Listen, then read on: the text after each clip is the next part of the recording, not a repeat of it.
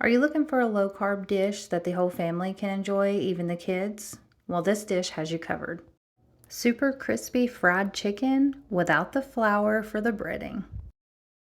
While I get everything prepared, I go ahead and put my oil in a pan over medium heat.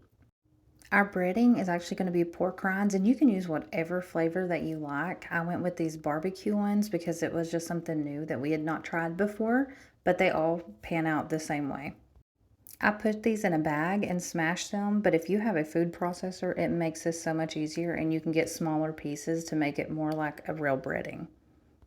You'll just use plain eggs as the egg wash. And then I got these thin sliced chicken fillets on sale, so that's why I'm using those. But you could actually use this on tenders, thighs, whatever that you would like. Throw whatever seasonings that you like on that chicken. Don't be stingy. Make sure to season those babies because that's where all the flavor is going to be.